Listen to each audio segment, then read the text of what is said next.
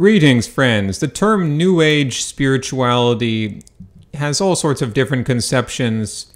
People might have, disagreements as to what counts as New Age or not. I'm just using the term here for lack of a better one. A lot of these ideas go back in history to the East, to India, to other parts of the world. And today, these ideas are celebrated, and there's a focus on mind over matter, quantum physics, affirmations, the law of attraction, as it's called, that we can create our own realities. And religions have always been very suspicious of this type of thinking. It's like they regard it as magic, and magic is bad. I mean, let's not get into the occult. They say there's white magic and black magic. But anyways, they're organized religions. They don't like that because it's putting the focus on the self and the magic that the self can use to create happiness and whatever the self wants, where you forget about God. Now, let's say, if God is you and everything is God, then how could you be forgetting about God? But perhaps there's some validity to that viewpoint, that by focusing on the self and the magic that the self can use, you forget about God. But then, of course, the organized religions, they put all the focus on God, and they forget about the self and the magic available to the self. So I'm going to try and offer a more balanced perspective here. I'm not making this video to say that I disagree with the law of attraction. I've, of course, spoken of similar ideas in previous videos. I have said that we can create our own realities. So maybe I'm revising that a little bit. I'm giving more of a sober outlook here. I've practiced affirmations for more than 12 years, since I was in my teens. I've been reading the New Age types of books. Seth Speaks, Conversations with God by Neale Donald Walsch. The Celestine Prophecies, all these other books, and getting into meditation, getting into prayer, practicing the affirmations. And after these years, I can tell you that sometimes it really does work. Sometimes I absolutely believe that I have influenced or created my own... Influenced would be a better term to use, because that's not like you're full out creating everything, but you're influencing the direction, you're getting the timing right. You're inviting synchronicities, as they're told. Yeah, certainly it works some of the time. And then other times, it just doesn't work.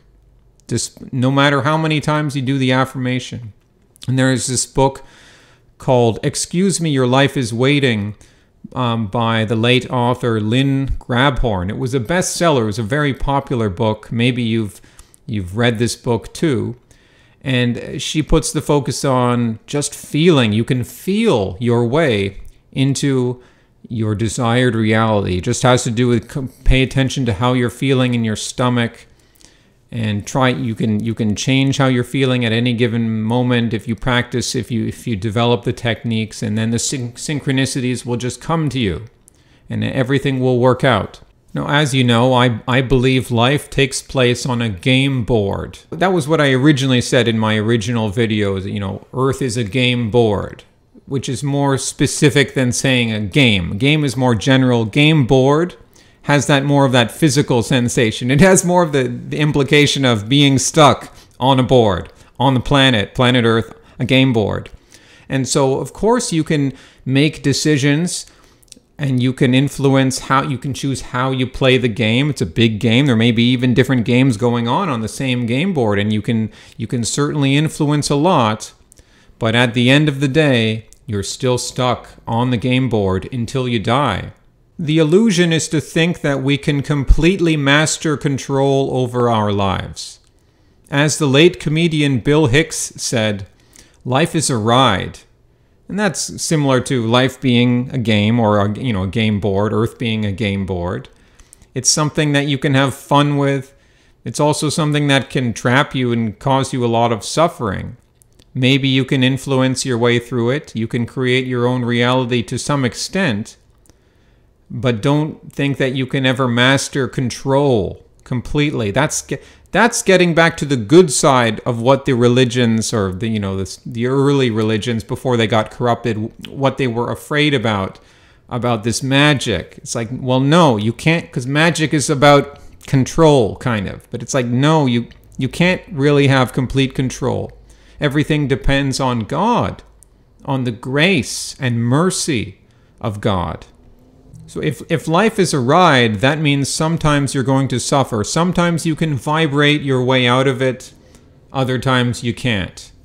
Now, getting back to Lynn Grabhorn's book, and she's putting this focus on feeling all the time. And I totally believe what she's saying, because yes, when your stomach feels a certain way, the synchronicities, they just come, they just happen. But what I could never get about her book, what always perplexed me, is that I personally cannot control my feelings fully. To some extent, I can influence it. I can choose when I go to bed and get up, and I can choose the foods I eat. I can spend more time meditating. I can choose the people I surround myself with. All of these are going to change how influence how I feel. And yet, sometimes I'm just going to be in a bad mood. Sometimes I'll be better. And even things around me could be going well, and I'm just not in a good mood. And I know that my vibration is not good right now. And there's no way out but through. The only way out is to go through the suffering. So knowingly, if you can't completely control your vibration, then you can't completely control the law of attraction. And the law of attraction is not the complete picture. On its own, it's not the full truth. I'm no master over my feelings. My feelings are master over me. My whole YouTube channel is an expression of my feelings. I try to make videos out of inspiration on a whim. None of this would exist without the whim and the fancy of God, if that's what's really causing me to feel certain ways. I mean, of course, I have a logical mind too, but that logical, cold, calculating mind is not the primary force. Not for me. So if we are suffering, we ought to realize that our feelings, our vibration could be affecting it. So that's important. We should take steps to try and change our feelings and our vibrations. But at the same time, and this is the bitter pill to swallow, maybe some of us are here to suffer. Maybe our soul chose that for us as a lesson. It's to teach us something. And that begs the question, who wants control? Who wants control? Does the ego want control? The ego wants to escape suffering. The ego likes the law of attraction.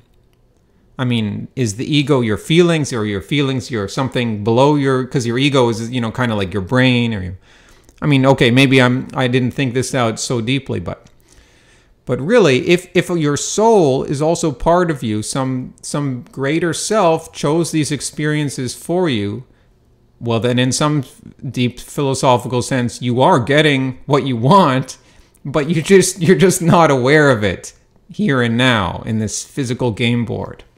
So I'm not shooting down the law of attraction. I'm just saying there is a danger in believing too strongly, in placing too many expectations upon the law of attraction.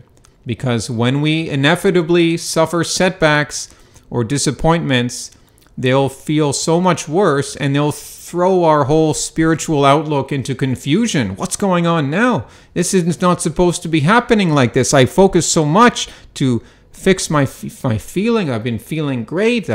Why is this bad stuff happening to me? I did so many affirmations. I spent so much time. It's almost like the people who spend a lot of spiritual work are almost sometimes leading themselves astray, whereas these plain country, I'm just thinking of an example of like this plain farmer, and he's just, stereotypical Christian, he just, it's all up to the fate of God. And you almost sort of resent him. It's like, he's not meditating, he's not doing much prayer, and yet he's so unaffected, and he's just at peace with himself. It doesn't really trouble him, the thought of getting old. Sickness and all the other uncertainties of life, it doesn't trouble him, because he knows that it all comes from God, and he has faith in God. He has faith that everything is happening for the best, is what I'm trying to say. relying too heavily on the law of attraction makes us forget that blessings don't come from our affirmations or from some, feelings that we focus on. It all comes from the grace and mercy of God, which of course in some sense may include our greater soul. But again, we're not aware of that here on earth. The most difficult thing to do on this game board is to keep gratitude in our hearts and to remain faithful that all things are occurring for the best when we are in the midst of suffering, not when we are in the midst of happiness. It's easy to be thankful to God when things are going well. When we're in the midst of darkness, that's the true test of our faith. So in summary, I'm not entirely contesting the law of attraction. I do think it operates to some extent. I'm going to continue with affirmations and all that stuff. I just don't think the law of attraction explains everything. I don't think it explains the full picture.